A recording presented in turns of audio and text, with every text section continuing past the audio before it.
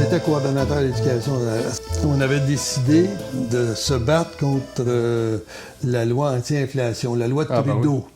Tu sais, qui pénalisait nos conventions collectives. Je trouve que c'est une belle lutte, une lutte importante. Oh oui. Puis on avait utilisé des stratégies intelligentes, je te dirais, qui étaient un peu comme ça. C'est que Trudeau avait passé sa loi. Oui, contrôle des prix et des salaires. C'est ça. Et ça voulait dire qu'on ne pouvait pas... Ça nous bloquait dans les négociations. Ça bloquait nos négociations sur les clauses... D'indexation. D'indexation, c'est ça. Et donc, nous, ce qu'on disait, on arrivait à la table de négo, on disait à l'employeur... là, Trudeau vient de passer sa loi. Il y a une façon de régler ça, c'est qu'on va te faire une grève tout de suite, OK? Ou tu nous signes une lettre d'entente à l'effet que tous les gains qui vont se faire durant l'application de la loi anti-inflation, à la fin, tu vas nous redonner les argents que les travailleurs... Tu vas redonner l'argent aux travailleurs qu'ils auraient dû avoir par rapport à la clause que toi, tu as signée. Clause d'indexation des salaires. Clause d'indexation des salaires. L'employeur s'engageait à remettre l'argent après. Exactement ça.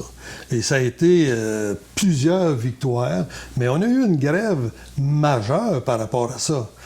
Et c'est une grève qui avait été longue, puis c'était une grève qui était dite illégale, parce qu'elle n'était pas nécessairement dans le temps où tu fais une grève, là, tu sais.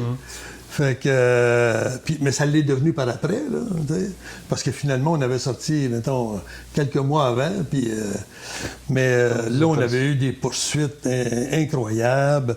L'employeur avait embauché un genre d'agent de la GRC à l'intérieur pour essayer de savoir ce que le syndicat faisait, comment il faisait pour... faire que les gars soient comme ça, là, qui veulent se battre pour une clause d'indexation, ça n'avait pas de bon sens, là, ça fait ni qu'une sens. Puis lui, il tentait de booster les gars contre nous autres. Puis après ça, on a réussi à avoir de l'argent de plein de monde, que là, il fallait redistribuer, mais il fallait être assez wise pour ne pas se faire pogner par l'espion, puis pas se faire dénoncer par nos membres non plus. En tout cas, ça avait été... toute une histoire, mais finalement, Claude Chum avait fait un hostique de job dans ça. Il s'était battu, puis il avait été en chercher de l'argent. Il voulait que cette grève-là ne devienne pas une grève que les travailleurs perdent, mais qu'ils gagnent. Puis finalement, on l'avait gagné, cette grève-là, parce que la loi Trudeau avait tombé aussi entre-temps. Elle prenait fin, je ne me rappelle pas des moments, là, mais...